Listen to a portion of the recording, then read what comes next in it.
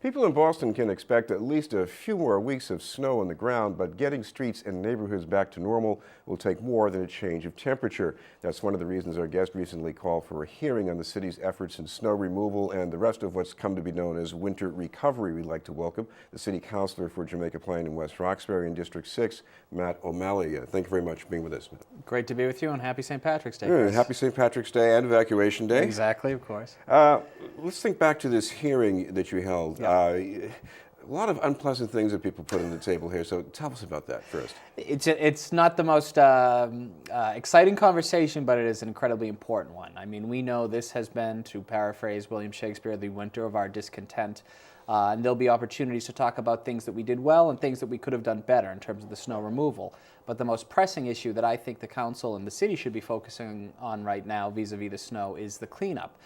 We've seen some, just the streets are in incredibly difficult, tough, dirty situation right now because we had so much snow that stayed for so long with the freezing temperatures. So not only is there sand and salt and trash that wasn't picked up because of missed trash or recycling days, just other things that have gotten out there, and the streets are in really, really tough shape. So I want to make sure that we have a robust, really targeted and encompassing approach to how we clean up and really start our spring cleaning.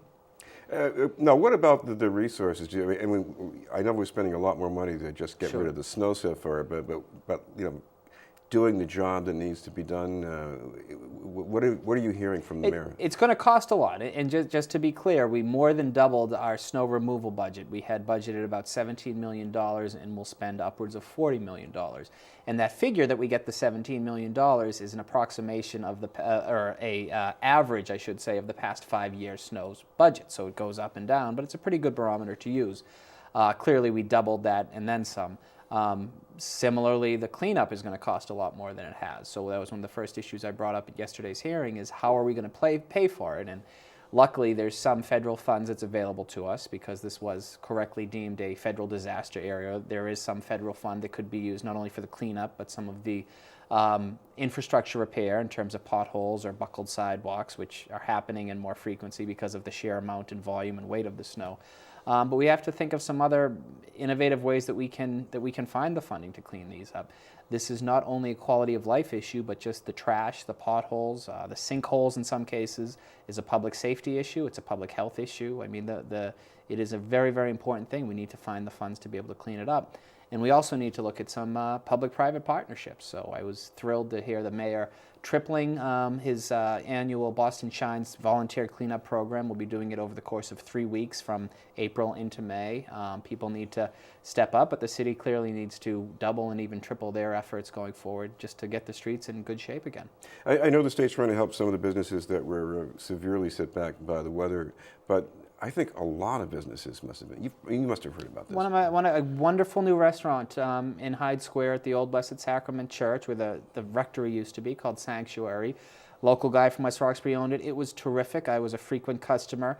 The first 2 years of any restaurant are always difficult, and largely because of this winter and some other issues, it had to close down. And I'm hearing that time and again. The restaurants, had a awful winter, unimaginable winter. Not only that, but a lot of the mom and pop small businesses. So we included Main Streets, we included Department of Neighborhood Development at this hearing, because while this is less a cleanup hearing, this is clearly part of the conversation as we talk about post-storm recovery, cleaning the streets, making sure the potholes and sidewalks are fixed, and doing more to help our local businesses.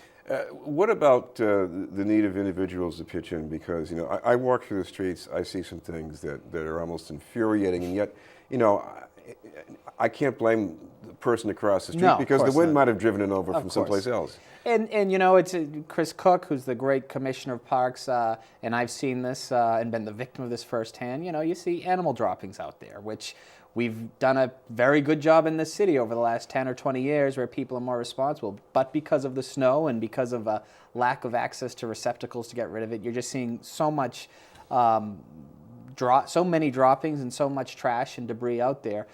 We need to pick up and clean up in front of our homes. It is infuriating. I'm hopeful that we can both organize volunteer efforts as well as the city is going to dispatch what's known as the hokey teams. These are men and women who work with Public Works who have a shovel and a bucket and a broom and will literally follow the trash trash trucks as they go, garbage trucks as they go through the street. So that's one way we're going to address it. This is going to take a while. This isn't going to be done in a week or even a month necessarily, but we're going to do everything we can to make sure that the streets are safe and clean going forward. It was the most difficult winter, certainly the most amount of snow on Boston's history.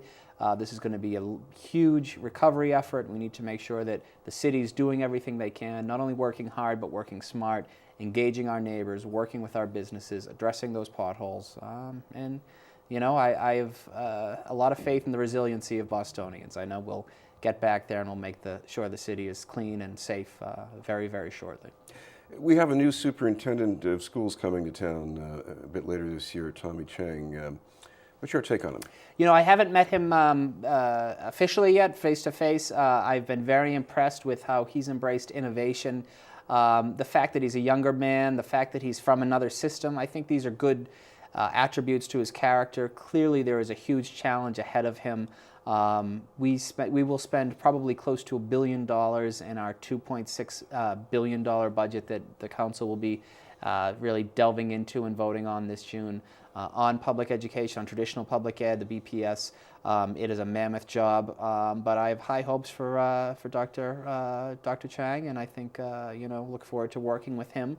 I've talked to a number of the parents groups that I work closely with, like SPEDPAC, the special education parents, some of the West Zone, formerly known as the West Zone Parent Councils from Jamaica Plain and West Roxbury, and there's a lot of high hopes there. So I wish him well, welcome him to working in the greatest city in the world, and know he has a tough job ahead of him, but I stand ready, and my colleagues do as well, to make sure that he succeeds and that the kids succeed in Boston schools.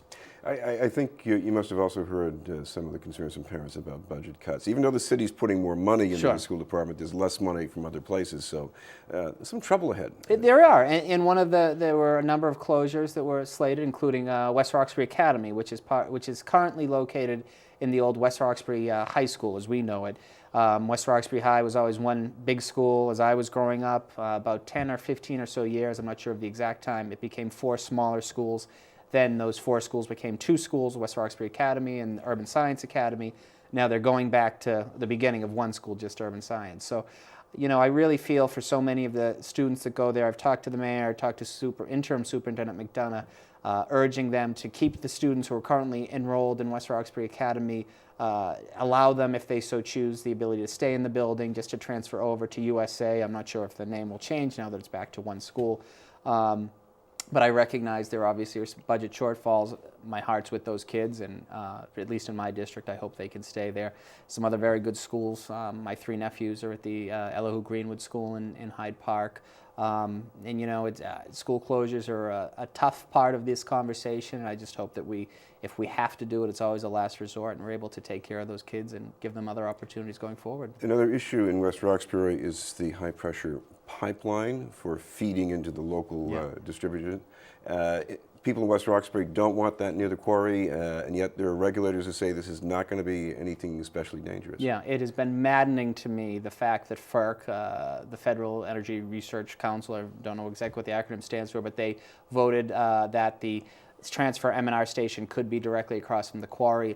It's a terrible idea, in my opinion, and virtually everyone I've talked to, virtually every elected official, every resident in West Roxbury and beyond has said, we don't want this pipeline. If we have to have it, to have a high-pressure transfer station literally feet from an active quarry, goes against all common sense. When you say active, that includes blasting, Blasting, once a week at least, and there's no desire from the crushed stone to stop blasting anytime soon. So it is not only, this isn't a NIMBY issue, this is a public safety issue, quality of life, public health. I mean, my God, if anything were to happen and an explosion could occur, it just keeps us all up at night.